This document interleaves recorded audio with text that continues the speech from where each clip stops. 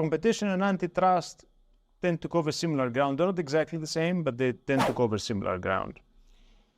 The original idea behind competition law was purely antitrust, was to make sure that there is competition in the market so businesses do not damage each other. Yeah? Now, the idea of a competitive marketplace in itself is a relatively partial idea that is positioned within its own particular ideological framework. Many of you probably grew up in environments where for the vast majority of key goods and services there was no competition because they're provided for by the state. And that's why you don't need to have a market competitive environment in order to ensure good outcomes for the consumer. It could be that it's controlled by the state with a non-profit motive, therefore it tries to achieve best outcomes for the users of the service because it understands the service as a public service. So when I grew up, there was one phone company.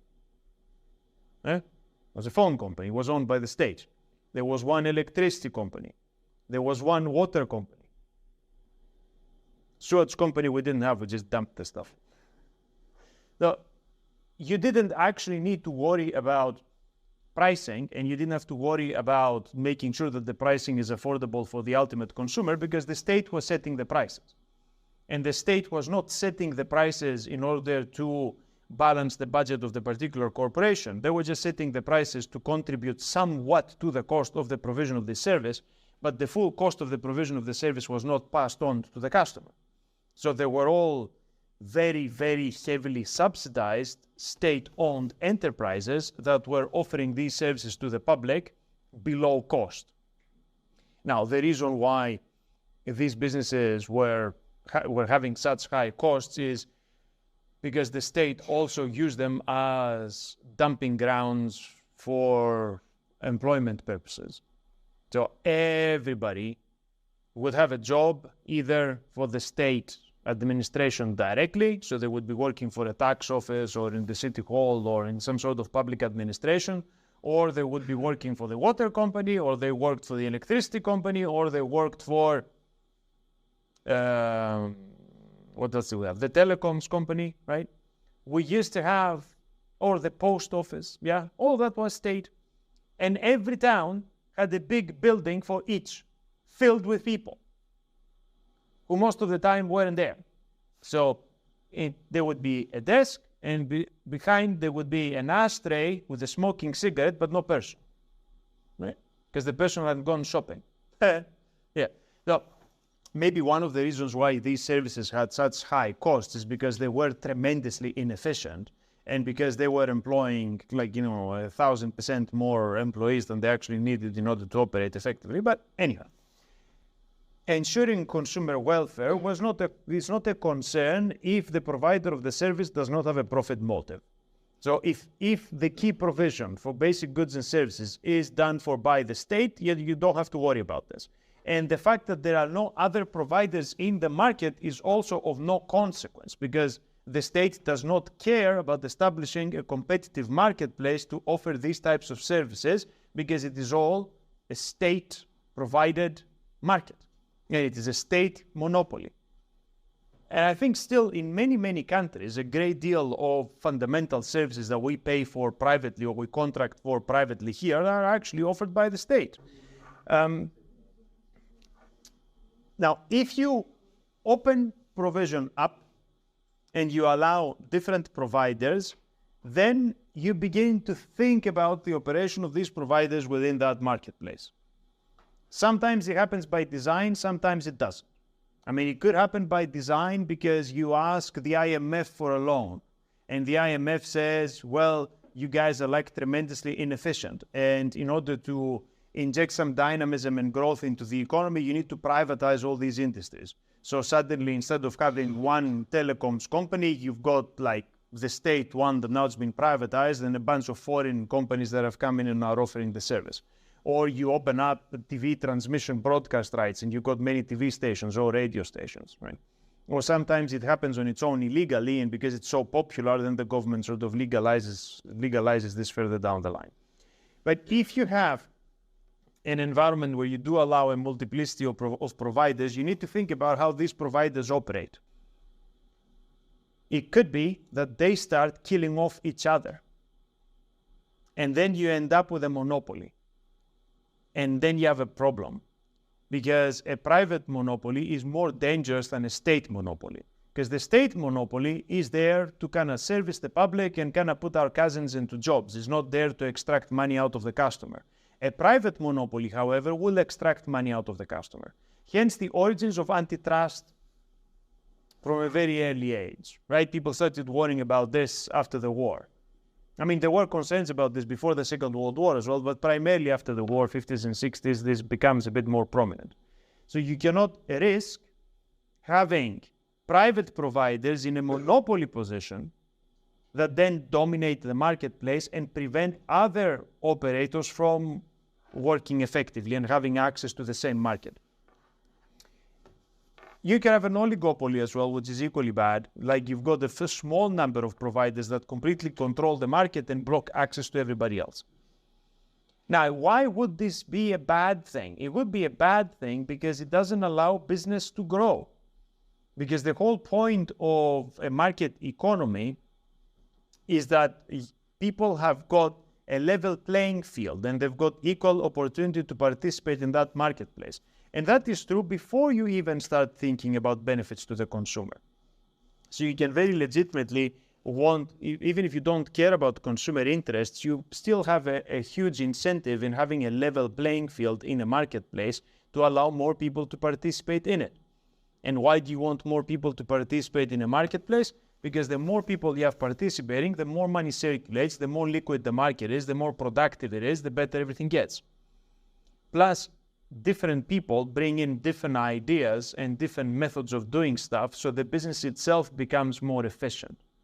Again, you don't need the customer in order to do this. It could be that the customer is the state. It could be that there's only one customer in any event, right? By having a multiplicity of providers competing for business means that both more money is invested and productivity is higher and the outcome of that product is better. Why is private, in most cases, not always, right? In most cases, private production is better. Did a lot of people want to buy cars manufactured in the Soviet Union? No, because they were garbage. Yes? So, I know that they sold a few in kind of India and Pakistan and places like this, or, in countries in the former communist bloc, but this is because they were prohibited from buying from other places. Now, nobody wants things that are manufactured by a monopoly because they tend to be very, very low quality. If there's a choice, then because they keep an eye on each other and they're thinking about getting the contracts, even if it's just the government that awards them the contracts, then they have an incentive to do better. So in order to ensure a level playing field, there are rules in place that prevent the creation of monopolies or try to break up and intentionally open up a market to additional competition. We come across those rules either in the context of this functionality being introduced to the legal system in the context of a privatization. So you've got a country that previously had a lot of state monopolies that now it's opening up, either to attract foreign investment or because they want to sort of revitalize the domestic economy. So things are getting privatized, or we have a different system that something is set up for the first time because it didn't exist before. So these sort of antitrust rules will be put in place to give breathing place to some additional providers to be able to operate. This is difficult to maintain when somebody naturally becomes very, very successful. And here we've got a bit of a contradiction. So in a market economy, the best suppliers are supposed to be the most successful ones, and the consequence is that the ones that are not successful actually fail. And this is a normal thing in a capitalist setting. The businesses that fail, then they release their resources and they go someplace else to somebody who's better suited to use them. So failure, business failure, is not evidence of something going wrong in an economy. It's actually embedded in the proper functioning of an economy. If things didn't go bust, if they're performing badly, then these resources would be locked in enterprises that are not actually any good. Yeah? But if somebody is naturally very efficient, or they control technology that is essential into the operation of a variety of functions that other people cannot replicate, then they can find themselves in a dominant position. So this dominant position is quite problematic. This is what's been happening since the early days of consumer computing. You had certain providers that became very dominant because they were sitting on top of proprietary technology. Microsoft has been a problem for antitrust legislation for a very long time, because Microsoft created Windows, which is a sort of popular system. And because it's popular and because it's protected by intellectual property rights, it could not easily be replicated by somebody else. Once they attained significant market share, then there was an incentive for everybody to go with the system that they want, because the ultimate user doesn't want to invest the time to figure out something new, right? But what happens then is that you get locked into a proprietary piece of software that becomes essential for the operation of everything else.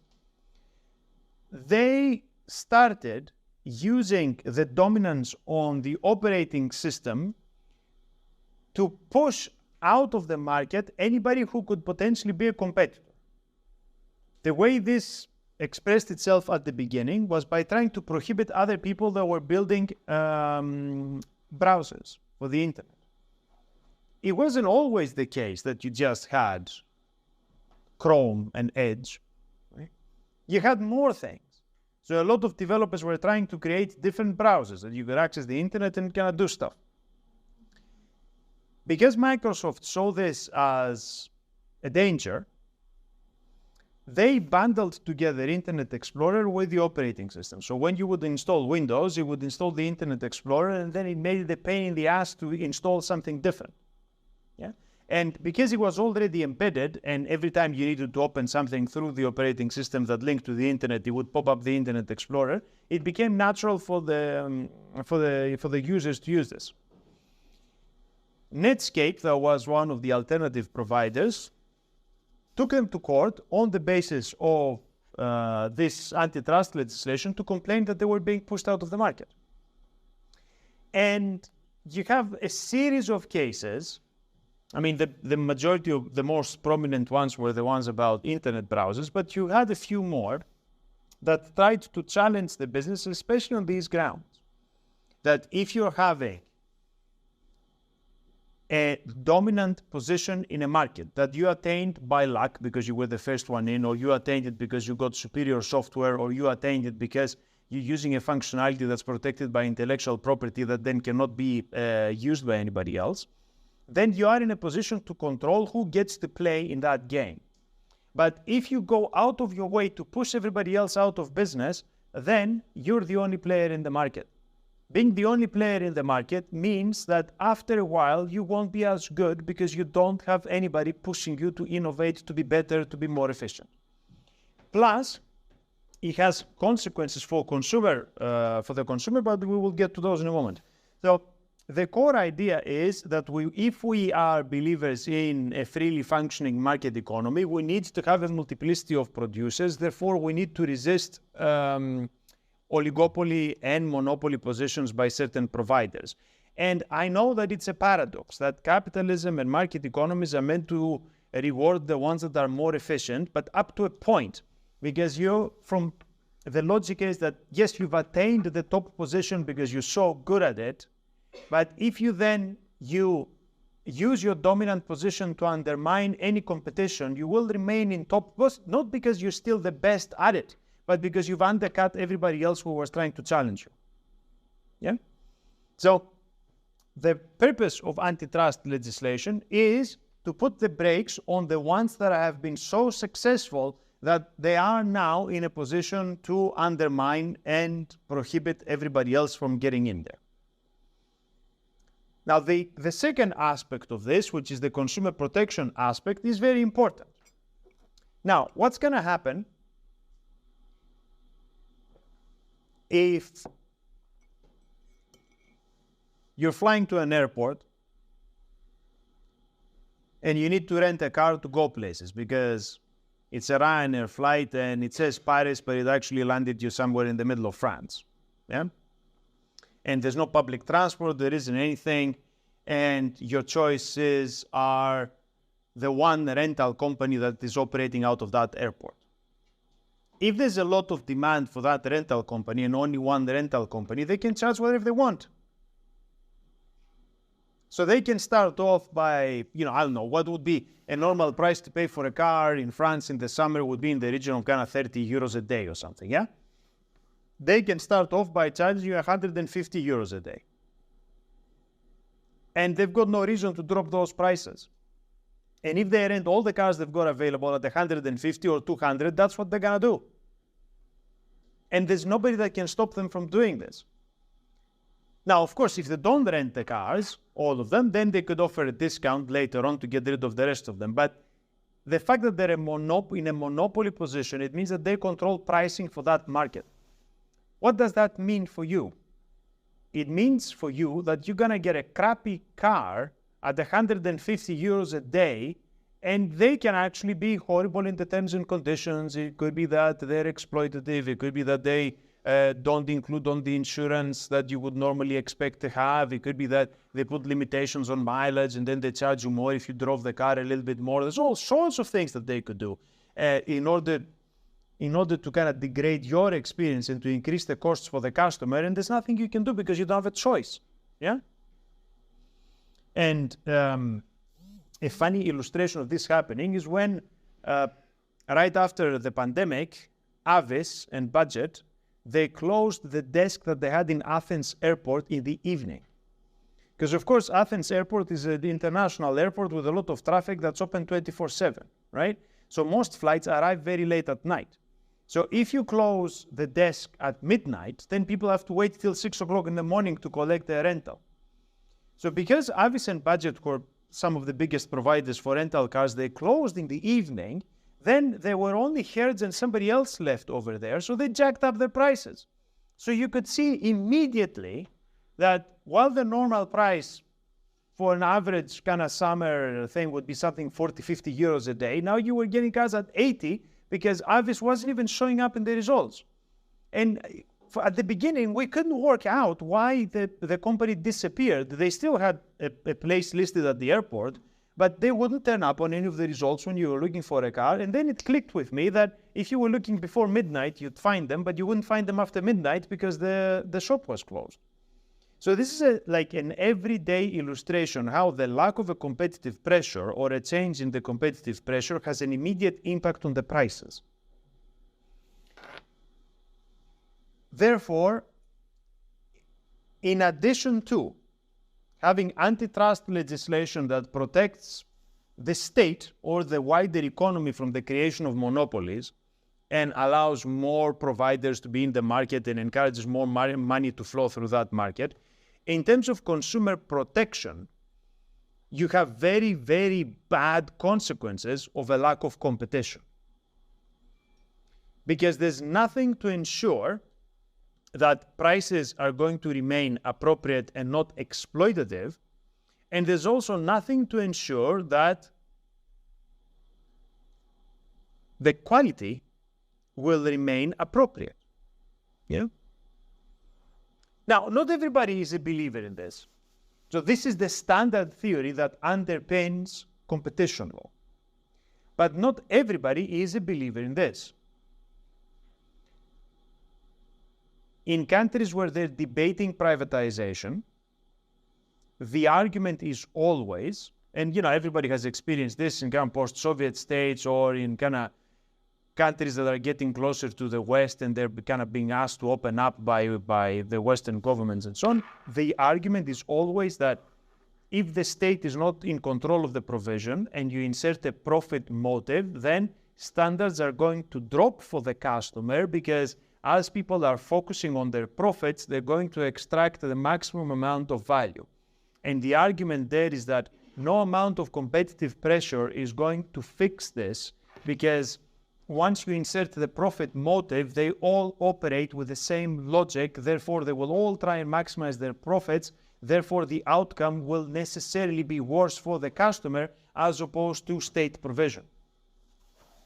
You guys have come across these arguments? Did they try to privatize water supply or something like this when you come from?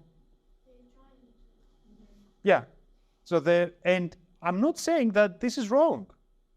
An excellent example of this being right is the privatization of the railways in the UK. So, back in the day, the railways were operated by the state. And there were trains, and they were in the colors of the Union Jack. And most of the time, they left, and most of the time, they came back. And they didn't cost a great deal of money, but, they cost money. It was always more expensive than Europe, to be honest, but it wasn't crazy. So you would need to budget in advance, like for a trip to London if you lived in Colchester, okay? They privatized the railways, and then everything went downhill. Reliability went downhill, so the trains don't leave because they get cancelled all the time. They don't come in because they're late all the time. The companies that take the concessions keep going bankrupt. There's no significant investment in maintaining the infrastructure, so you get the repeat accidents and kind of failures and so on. And the cost for the customer is extraordinary. I was looking for a train ticket to go to Bristol. It was something like £200 from London to Bristol to go during kind of peak hours. Yes, because we need to go in the morning and come back in the evening, right? But it was cheaper to go to the airport, fly to Barcelona, and then fly from Barcelona to Bristol. And that cost like £70 altogether, rather than to take the train from here and come back. You think this stuff isn't normal, right? So this suggests some dysfunction.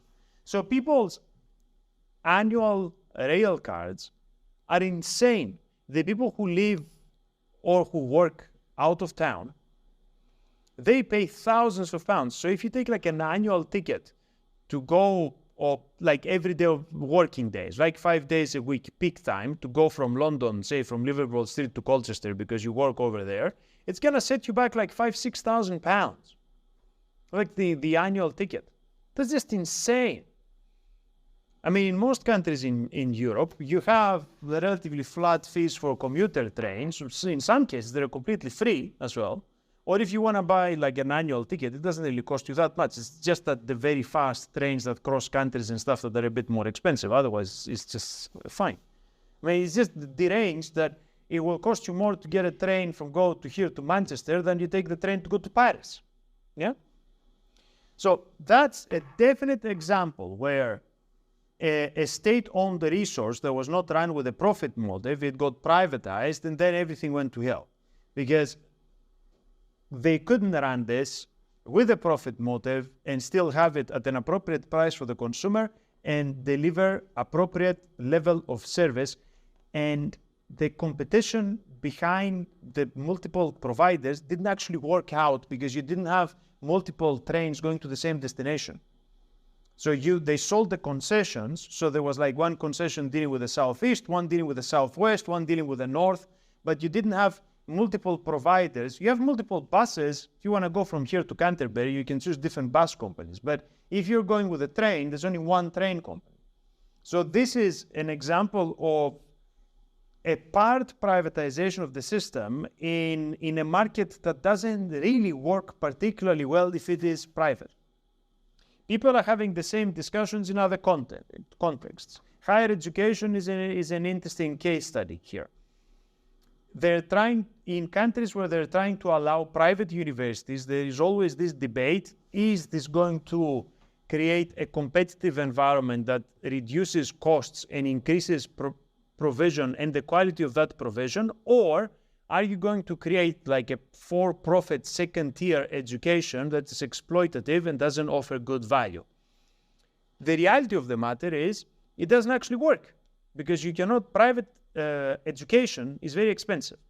So it is very, very difficult to run for-profit private education that is affordable and of good quality.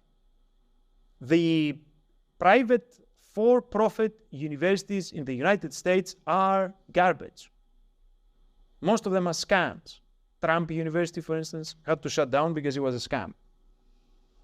You have private, lots of them are private, but they're non-profit. The problem is you have private and for-profit. That's where it doesn't work out. So effectively, all universities here are effectively run as private, but they're non-profit. So the government offers some subsidy, but the rest we raise out of fees. Yeah? But to have somebody who actually tries to extract profit on top of this to return to shareholders is hugely problematic. So competition will not work in all contexts, in all markets, and in all industries in order to deliver benefits to the ultimate consumer. And it might generate economic activity as it's bringing in investment. So on some level it works. But if you're focused on consumer benefits, it will not necessarily work. But to come back to the purposes behind competition law, from the 1980s onwards, the emphasis shifted on consumer benefit. Right. So let's have a look at the history of it. Everybody's pretty much aligned in their objectives because everybody's running now effectively a market economy with a view to profit. Even our friends, the Chinese. Yes? Are we all in alignment about this? China, because they're sitting behind the hammer and sickle, right, and red backgrounds, doesn't make them communist. So all countries are aligned in their idea of the function of a market economy and of the need for some sort of competition control. Their tolerance for private investment in things that the state wants to control comes and goes, okay? And in many countries, there's a great deal of state-supported enterprises, so it's a bit difficult to think about a fully functioning marketplace when kind of half of the providers are supported by the state and kind of subsidized by the state. But, you know, I'm guessing having some private ones is a step in the right direction. So in the United States, you had things like the Sherman Antitrust Act and the Clayton Antitrust Act. These were the first pieces of legislation that had to do with controlling monopoly positions in the marketplace from the kind of late 19th century, beginning of the 20th century. So they did actually realize that this is a problem very early on. In the EU, we have specific legislation that came in from the Treaty of Maastricht, and now it's expressed in Articles 101 and 102. Students at undergraduate level, they usually spend some time looking at this. Even China has an anti-monopoly law from 2008, and generally the OECD, which is the kind of brings the significant countries to talk about these things, they do have a position on antitrust and on promoting competition. So internationally, you're not going to find many countries that are actually liking this sort of legislative framework at the beginning. And as I told you, the emphasis is both ensuring adequate investment within the marketplace and to ensure that there are beneficial outcomes for the consumer of these services. Now, the key aims of the regulatory framework are to try to stop people from abusing their position if they're already dominant, the kind of Microsoft Windows type situation, but also to prohibit people from joining together to prevent competition. So collusion is one of the big problems here because businesses are not stupid. If you're at an airport and you've got 3 car rental desks, it's fairly easy to imagine that they might actually chat with each other how much they're charging for the cars. So if they say average price is like 30 euros, and then one of them says, I want to charge 100, obviously they're not going to do particularly well, but it's also possible that they all talk to each other and they say, look, why don't we all offer 30? And then we're going to compete on, maybe we have some hookup with one of the airlines and we give them miles, or, we give people free upgrades. So we can compete on the margins, but not on the real stuff that makes money. So instead of having completely independent structures on deciding their pricing, they have actually colluded, and they're not going to collude to offer lower prices to everybody, are they? So you can end up with a situation that if you had 3 car rental desks and one would be willing to offer 20 a day and the other one's offering 30 and the other one's offering 40, if they all agreed together to offer 35, then this is actually a worst outcome for everybody. And this happens all the time. And it doesn't only happen in retail settings, it happens in everything. It happens in banking. You guys heard of the LIBOR scandal? So the banks have a rate of interest at which they lend each other money. So there's the Bank of England rate, which sets is the sort of baseline rate for everybody, and a lot of financial products are built on that rate. There's the rate that they're going to offer you as a customer if you're getting a mortgage or a loan or a credit card or whatever. But the banks also exchange a great deal of money with each other because they kind of lend each other money all the time. So this is supposed to be a competitive process. There's a large number of financial operators. Okay, the ones that are really, really rich are fewer, but still. So they're meant to negotiate with each other and decide how much they're charging as interest when they're making loans to each other within the banking system. That is supposed to be an open, competitive environment. But it wasn't, because they were all talking to each other.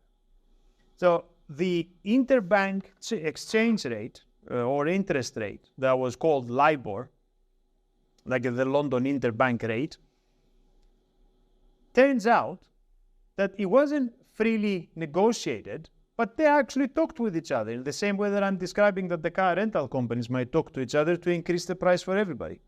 And this is horrible because a great deal of financial products are built upon that rate. In the same way that a lot of products are built on the Bank of England rate, that is, your mortgage is going to be 4% on top of the Bank of England rate, a lot of stuff were built on X percentage on top of whatever is today's LIBOR rate. And that was manipulated. So that threw the entire system of economic organization and the entire system of setting interest rates out the window. So these people got caught, and there were trials and things. Not many of them ended up in jail, but a few of them ended up in jail. And it was a huge problem and a huge failure, but at its base, it was a failure of competition. So the reason why this collusion was prohibited is because it breached the competition requirements that made this and obligated this to be an open competitive market. So if you have collusion, then you have very negative effects. They could collude with each other to structure their business in a way that excludes new entrants into the market. They could also collude in order to increase the prices or to reduce the provision or the quality of the provision for the ultimate customer. So it has detrimental effects both for overall business organization, but also for consumer welfare. So there's extensive legislation built into these structures that I told you that prevents this from happening. And that's why mergers and acquisitions is such a big problem for competition law. So we talked about mergers the other day, and we said that the issue about mergers is both it is challenging to arrange the finances for big acquisitions, especially when these big acquisitions take place across borders. There's a variety of things that might come up that have to do with regulatory compliance, have to do with tax compliance. For the people who are actually carrying out the merger, there might be cultural issues, differences in corporate culture, but differences in general culture as well that might impact the effectiveness of bringing two distinct entities together. But the biggest problem is always going to be merger control. Because people tend to buy their competitors. And when they buy their competitors, they decrease competition in the market, and they can make things a lot worse.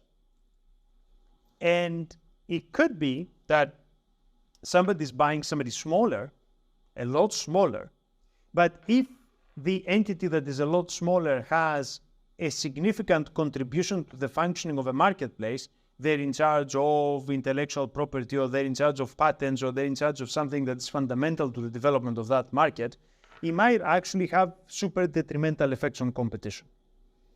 So what happens if Microsoft fully buys OpenAI and then blocks everybody else from using OpenAI technology? So then you can only find ChatGPT embedded in Microsoft products and nobody else's. This can have huge effects in the way technology develops and the availability of this technology develops. Now, of course, this cannot be done anymore because the company has become so expensive. So you see, it operates both on the level of a merger, when somebody is trying to take over a competitor and kind of fold them into their own business. It might prevent them from doing this. Usual expression of this is telecoms. Every time a big telecoms merger is proposed, it raises issues about competition law. Very often it fails. So Vodafone was trying to merge with Three. I think it's still trying to merge with Three, but it's taking them ages to get approval from the competition authorities, because Three is a major provider, Vodafone is a major provider, so they're worried that this is going to reduce availability of service, and especially in the networks, not the brands that you see, but the networks behind them. There's basically two networks in the UK. One's run by O2, the other one's run by Vodafone. So if the various providers are merging with each other, then you don't really have a great deal of infrastructure left, which creates these monopoly situations. So if, say, Microsoft was using its investment in OpenAI to say, we will now select which clients OpenAI says, in order to prevent others like Apple or whomever to kind of have access to this technology, this would be prohibited because of this legislation. Yeah. And it actually, the level of control that's quite deep and quite complicated. Now, you have a lot of case examples. So if you're interested in this area and you want to go a little bit deeper, you've got a great deal of examples on how these rules operate and what the effects are. The US is a little bit looser in the application of these rules than the Europeans. So the logic behind the US competition law regulation is that some things are going to be caught if they have significant enough effects, or there is a demonstrable danger for reducing access to the consumer or changing the situation for the consumer. The European one works in a bizarre way. Everything is prohibited. So if you look at Articles 101, 102, the logic is that everything that in principle could be judged anti-competitive is prohibited. And then you've got a series of exceptions that say, well, if you fall under the exception, then it's okay. But it's very different to say everything's allowed apart from specific areas where we have identified the problem and you cannot do this. It's a very different system from saying everything's prohibited by definition unless you fall within one of the specific exemptions. An example of how these exemptions operate is that, say that you you're a glass manufacturer, you're A-Bank, yeah? And in order to maintain the integrity of the brand, you want your glasses to be sold in specific shops because you want them available in the fancy shops. You don't want them available all over the place. Yeah, so you don't want discount retailers to buy them and then to make them available in gallon baskets for £1. If you put within your distribution agreements or in your distribution chain prohibitions in doing business with certain people, or you have some level of control over who you do business with, this is by default prohibited because it is anti-competitive. So you shouldn't be allowed to dictate who gets access to the products because that obviously prohibits the availability of the product for the general public. So the only way that you can get away with it is if you manage to explain either that you're not significant enough and you don't have significant effects. So if something's very small, so it won't really affect anybody, it's something very new. Or precisely because it's something very new, you're trying to pass this to the consumer through authorized retailers, so you sort of build the brand. So you benefit from this exemption and they're gonna let you get away with it. Or if the product requires particular levels of support, you're selling some piece of technology that then you only want it sold through authorized retailers so that they can provide support for the people to be able to use it. Well, that's going to be okay. When you get into the area that you're trying to prohibit competition because you're trying to maintain the brand and you're already quite present in the marketplace, then it's a lot more difficult to explain. So this is certainly an area where there's a problem in structuring distribution chains. And distribution chains is like the number one example of minor things getting caught by competition regulation where otherwise you wouldn't have thought about. Of course, everybody thinks competition if kind of Vodafone tries to buy somebody else's network, but you wouldn't really think that, you know, the sale of these screens, for instance, could be caught by competition law. Now, another obviously anti-competitive way to do business is franchising. So if you tell people that you can only, in order to operate the franchise, they need to deal with specific people in specific ways and license the intellectual properties in specific ways and so on, that by definition limits access to services, limits access to those goods. So it needs to be explained in the competition law rules as falling within one of the exemptions. Of course, there are exemptions that allow you to structure franchises, but the position in Europe is going to be that this is by default prohibited. Yeah, so then try and explain it how we should let you do something that you shouldn't be doing to begin with. Interestingly, a lot of these rules have got extraterritorial effects. Because it could be that the competition effects are not contained within your country, but they've got effects around the world. Now, this gets a little bit more complicated, and we've talked in the past about the potential of the extraterritorial application of one's laws. But cross-border mergers and acquisitions are going to have these characteristics, and they're going to have to be approved by the competition authorities of both countries. Yeah?